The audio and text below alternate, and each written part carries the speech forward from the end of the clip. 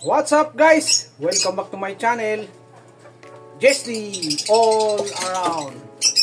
Guys, ang pag-uusapan natin ngayon ay ang tungkol sa tamang pagpapakain ng kalapati.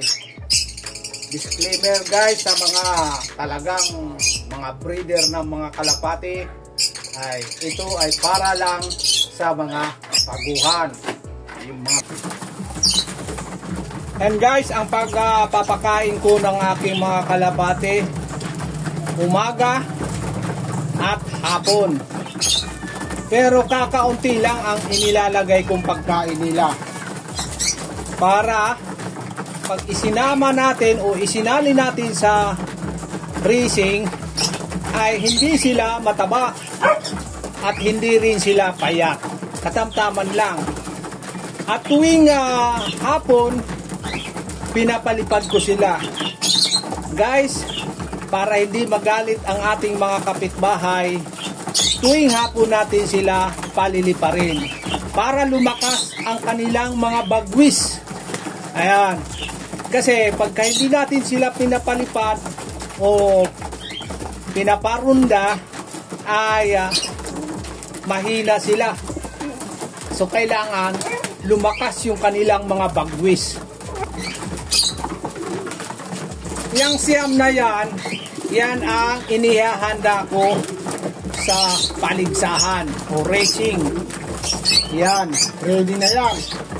Na-practice ko na rin yan. Binibitawan ko na rin yan sa Batangas, sa Laguna, at bandang Norte.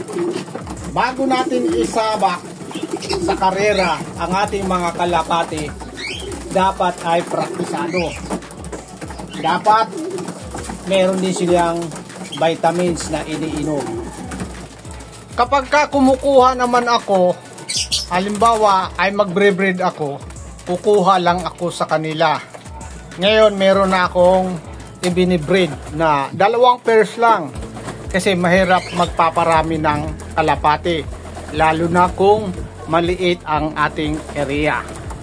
So meron ako ditong ayan ang breeder ko at nangingitlog na. Yan, meron na siyang isang itlog. At dito naman sa baba, meron din akong breeder. Ayan, ang ganda ng kanilang anak ang sisiw nila. Puti. Batman ang kinalalabasan. At tila merong lalabas na pure white. Ayan yung mga ina, ama, at saka yung ina niya. So, dapat natin tandaan guys, sa mga baguhan, na ang pag-aalaga ng kalapati ay hindi madali. Pwede itong makapag-perwisyo sa ating kapitbahay. So, kailangan, pag nagpapalipad tayo ng ating kalapati, ay dapat mga alas 5, yung malapit ng maggabi. Kasi tiyak yan, pagka 2 oras na lang ang kanilang mag-iikot-ikot sa labas, gabi na, tiyak uuwi na sila. So hindi na sila dadapo sa mga bubong ng ating kapitbahay. Wala nang magagalit sa atin. Pero kung pakakawala natin ng umaga, hindi ka agad-agad yan magsisipasukan.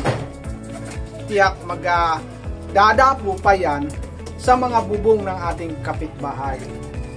Para hindi tayo maipabarangay, ay kailangan wala natin ang ating kalapati sa tamang oras. Guys, sa mga baguhan, sana may natutunan tayo kung papaano ang tamang pag-aalaga ng ating mga kalapati.